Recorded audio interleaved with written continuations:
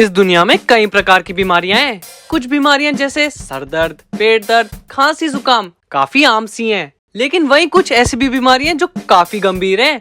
Cancer, HIV। लेकिन जो भी हो, कहीं ना कहीं छोटा मोटा ही सही, कुछ ना कुछ इलाज तो इन सभी का है। लेकिन एक बीमारी ऐसी है जिसका कोई इलाज नहीं है।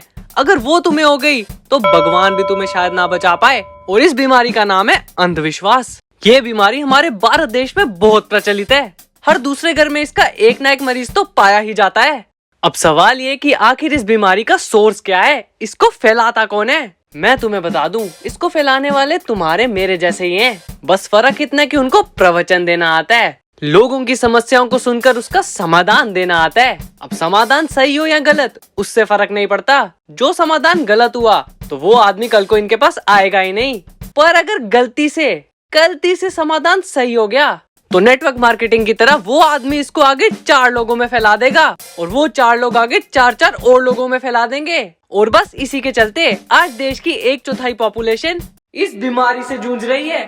बात तो सही है। बच्चे को नींद नहीं आ रही तो दही में चीनी मिलाकर उसके पूरे शरीर पर रगड़ दो। बड़े बेटे की नौकरी नहीं लग रही तो उसके हाथों से पुदीने की चटनी बनवाकर पकौड़ों के साथ गरीबों में बंटवा दो। अरे संभोग करते वक्त लिंग खड़ा नहीं हो रहा तो बाबा बंगाली का चूरन चटवा दो। बहनचोद, कैसी बातें हैं? बच्चे को नींद इसलिए नहीं आ रही क्योंकि उसके पेट में दर्द हो रहा है, डॉक्टर को दिखा लो। बड़े बेटे की नौकरी इसलिए नहीं लग रही क्योंकि पढ़ाई उससे होती नहीं, एग्जाम का बोलकर गोवा घूम कर आ जाता है। और ये जो लिंग की समस्या है, अरे उसका मुझे क्या पता, भगवान की कृपा से मेरा तो सब चंगा है। कुछ भी। तो आओ फिर ज्ञान के सागर को बढ़ने में अपना योगदान देने वाले एक ज्ञानी से तुम्हें भी मिलवा देता हूँ। दूध तो तुम्हारी बहन भी देती है, पर तुमने माँ का ही क्यों पिया है? ये हैं अनिरुद्धाचार्य जी, जो दिखने में तो समझदार हैं ही, पर असल में भी बहुत समझदार हैं। तभी तो USA से डॉक्टरेट करने के बावजूद भी ये USA में नहीं रुके, बल्कि इंडिया आकर बाबा बन गए। इस संसार में ऐसा कोई नहीं है जिसके नाम के आगे जिसके नाम में राम ना हो। कहो तो मैं प्रैक्टिकल करा। हाँ बाबा जी, प्रैक्टिकली करवा दो। हमारे यहाँ के लोगों को वैसे ही थ्योरी पल्ले नहीं पड़ती। चलो, आपका नाम बताओ। मेरा नाम ममन है। ममन है नहीं गुरुजी, ममन। कितने अक्षर हैं आपके नाम में?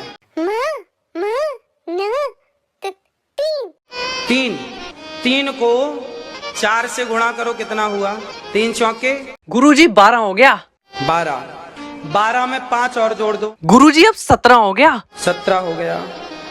17 में 17 और जोड़ो। 17 और 17 गुरुजी 34 हो गया। 34 में 8 का भाग दो। 8 दूनी 16, 8 दूनी 16, 8 दिया 8 चौके, और 8 चौके कितना हो रहा? अरे गुरुजी अब डॉक्टरेट हो, इतना मैथ तो आना ही चाहिए था। वैसे 32 हो गया। 32, कितना शेष बचा? 2। वही तो राम है, 2 अक्षर का प्यारा नाम। हैं जी? अरे उसके 3 शब्द के नाम में से 1 घटा देते, 2 तो वैसे ही आ जाता। मेरी एक्स की तरह सिंपल सी चीज में 4 चीजें और घुसा के उसको कॉम्प्लिकेट क्यों कर रहे हो? अब यही तो बात है, जैसे मैं अपनी एक्स की बातें आंखें बंद करके सुन लेता था, वैसे ही इनके भक्त भी इनकी बातें आंखें बंद करके सुन लेते हैं। बातों का तो फिर भी ठीक है, कभी कभी ये सही कर लेते हैं। दिक्कत तो वहाँ आती है जहाँ इनके सवालों का सिलसिला शुरू होता है। आपकी शादी हो गई? हाँ जी, हो गई। पति कितने हैं? 7 पति है गुरुजी, हफ्ते के हर दिन के हिसाब से 1। आखिर कैसा सवाल है ये? 80,000 में लाए हो? कहाँ से?